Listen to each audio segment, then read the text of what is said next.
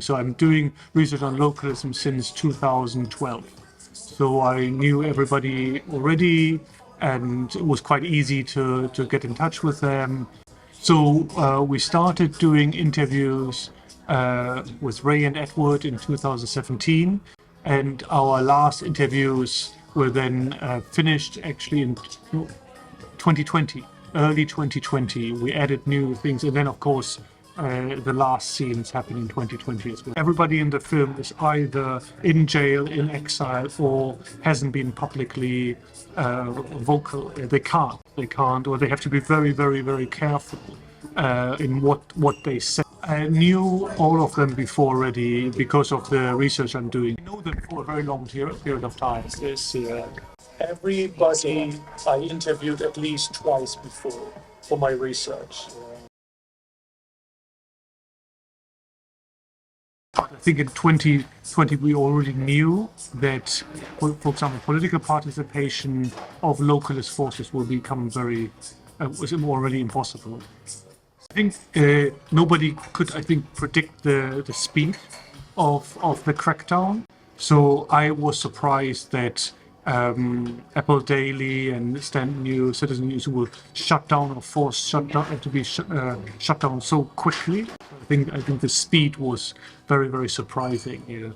I thought that these organizations would still be an opportunity for Hong Kongers to discuss different things about their future and everything. So that I think makes it much more difficult. This happening in the Soviet Union, for example, right? Soviet Union was always pushing the Soviet man, this identity, right? It was mostly maybe pan-Russian identity. But once the Soviet Union dissolved, everybody was immediately embracing other identities, Baltic identities. So I'm Lithuanian, I'm Estonian, I'm Armenian, or whatever, right? Because you have this identity of your language, you have your upbringing, you have these values, even within family circle, have been for decades and decades, right? The Soviet Union was in existence for a long period of time, right? And immediately everybody embraced this identity. So that means education cannot get rid or brainwash you to such an extent that you lose your inner identity. And the same happened in Taiwan, right? You had decades of KMT telling you you're Chinese. Once liberalization happened, everybody said, no, actually we're Taiwanese, right? This is our everyday lived experience. Of course, it will be tougher in Hong Kong to keep these identities, but still these identities will be there. And once there are other changes, then these identities will come out. So that means that Hong Kong identity will continue in Hong Kong, and there will be different ways of continuing this identity. Everybody, I think, who has been somehow touched by the 2019 movement will be very hard to be convinced to be Chinese anyway, right? Even if you have a relative who knew you went to protest, you will not be convinced that now suddenly you're Chinese, right? For the next generation, for the younger people, their parents were still, their uncles or aunts, they were involved. So even that will continue. And even if that goes on for time, there are still areas in Hong Kong where you can express your identity, where you experience your identity, food, language, different types of culture. Yeah, the values will not disappear. Queuing up or something like this will not disappear suddenly, right? You still have the willingness to speak out and communicate in a different way. Just because the press is closed or newspapers are closed doesn't mean that you are not willing to discuss. Everybody likes to discuss, right? And so I'm not very fearful at that regard. That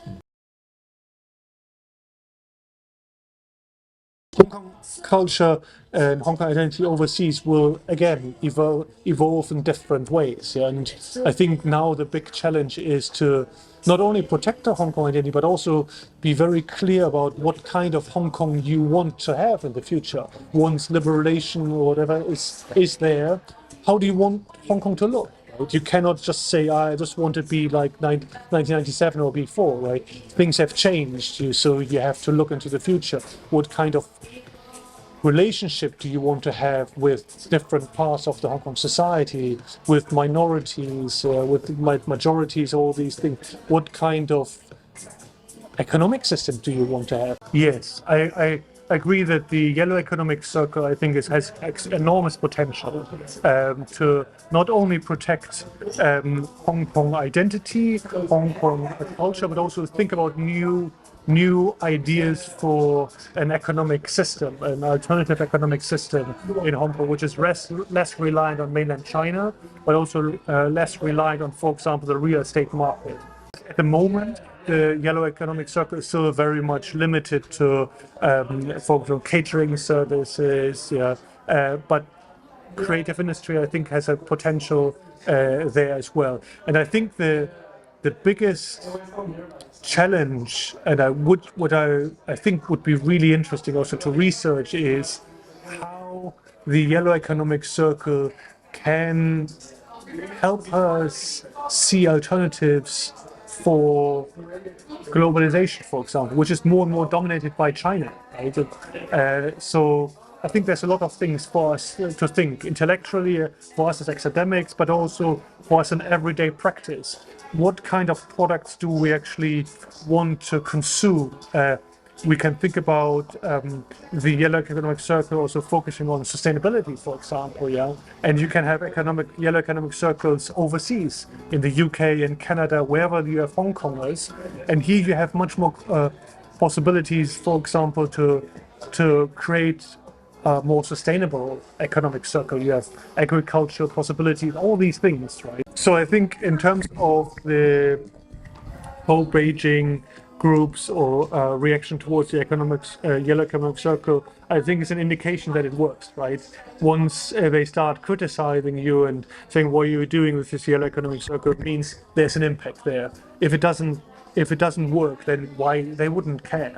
Plus, participating in the Yellow Economic Circle or contributing to the Yellow Economic Circle in terms of intellectual development, practical development, you can still, by doing this, you still feel contributing to the development of Hong Kong, right? So you're not protesting on the streets, but you're doing something for Hong Kong, preserving Hong Kong, making Hong Kong future-proof, Exactly, you adding something, and you expressing your Hong Kong identity with this, right?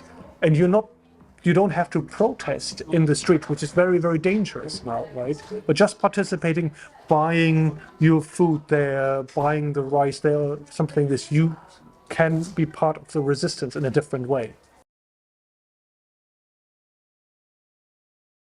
I think the events organized by Hong Kongers overseas, I think they're very important, they're very meaningful to keep the memory alive of these events, especially because in Hong Kong, as you know, there's no more commemoration of the Tiananmen massacre, for example, but also there's this attempt to change the history of some of the events of 2019, right? So I think we also have to look at what the community wants, right? So I'm not a Hong Konger, it's not my place to say what Hong Kongers should do, because Hong Kongers have already a huge advantage over other groups. They speak English, they have a British education system, so it's all very similar. So I remember the first time I came to Britain was, everything looks like in Hong Kong, because I was in Hong Kong before I came to Britain. I think, the buses, the handles and the buses, just like in Hong Kong, and then later I realized actually it's the other way around, So I think this familiarity helps, So I'm very optimistic about this. 3、2、1，追新聞。